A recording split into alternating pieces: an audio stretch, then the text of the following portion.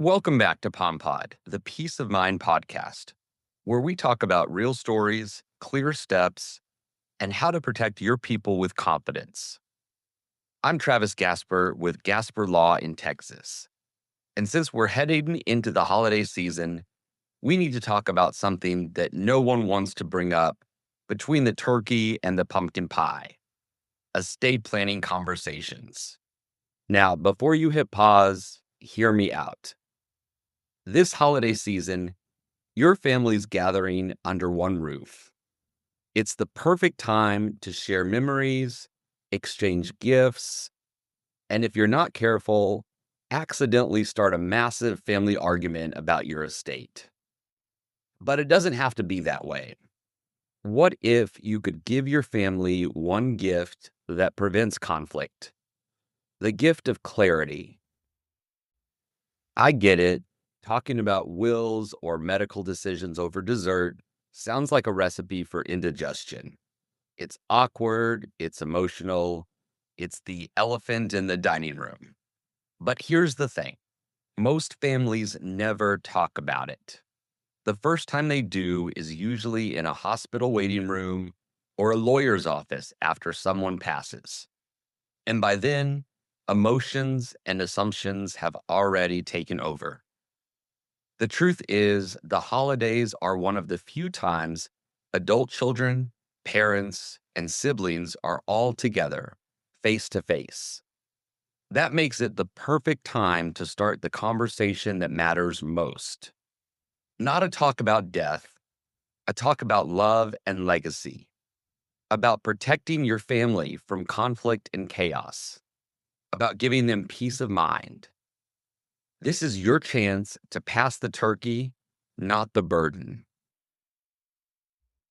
Let me tell you about a family. We'll call them the Smiths. The Smiths were the kind of parents who didn't want to burden their kids with money talk.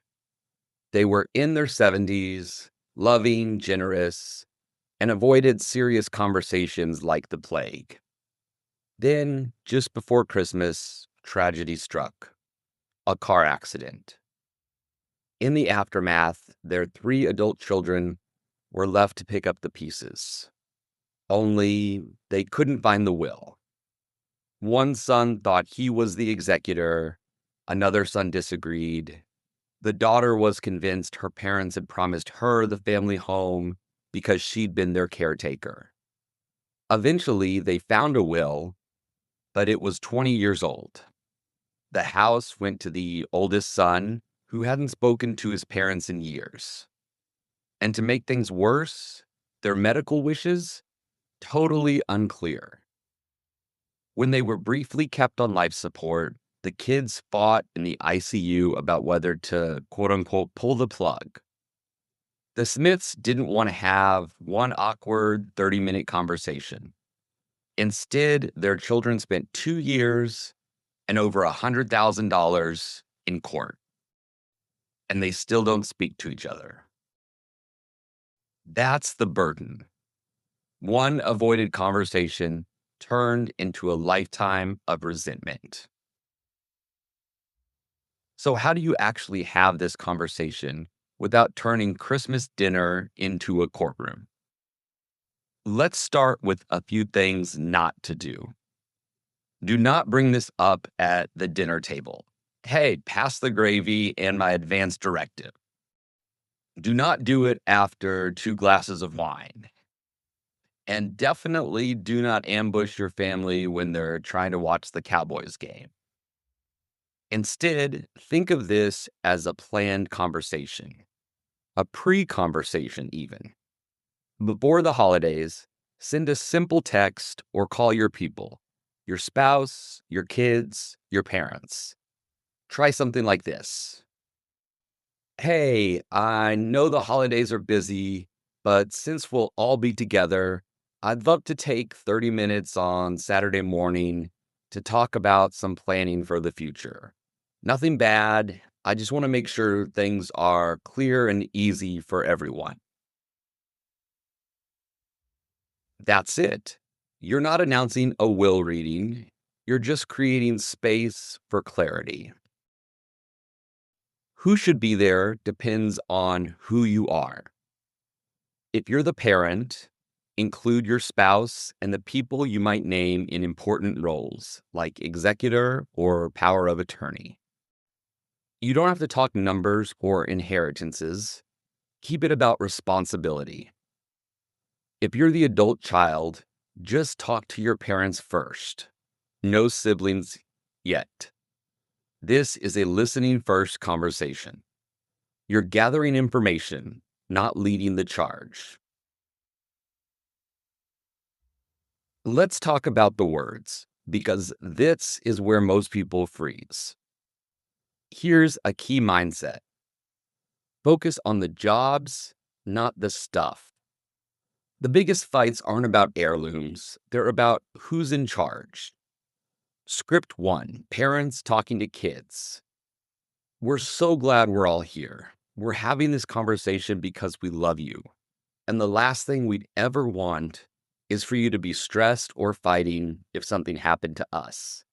So we've been working on our estate plan, and we wanted to share what that means.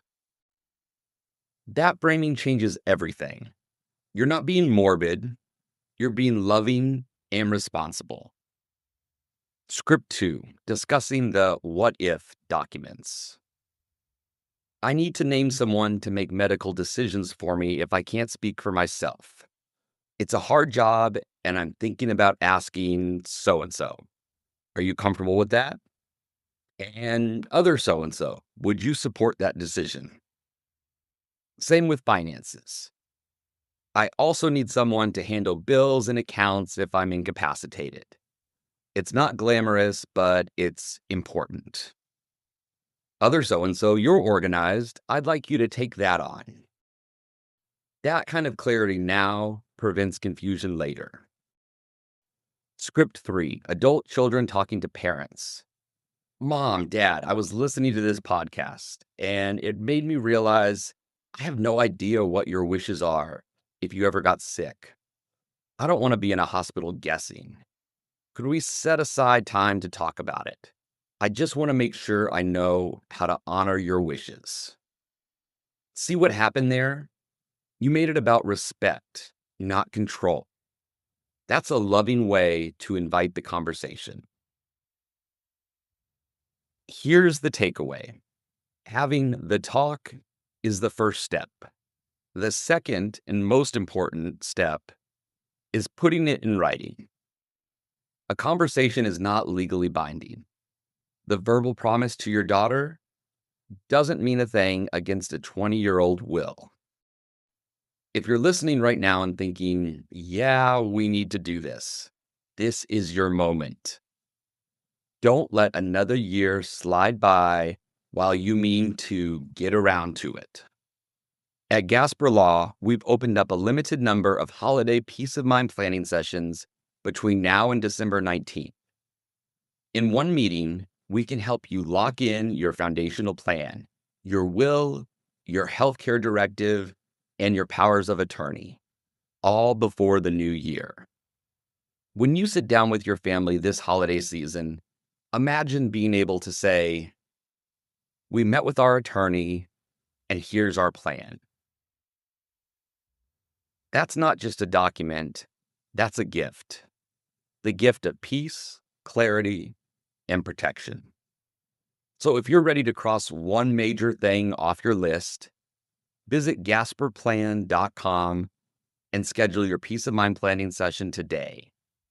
Let's make sure you start 2026 with true peace of mind. This has been POMpod, the Peace of Mind podcast. I'm Travis Gasper. Thanks for listening.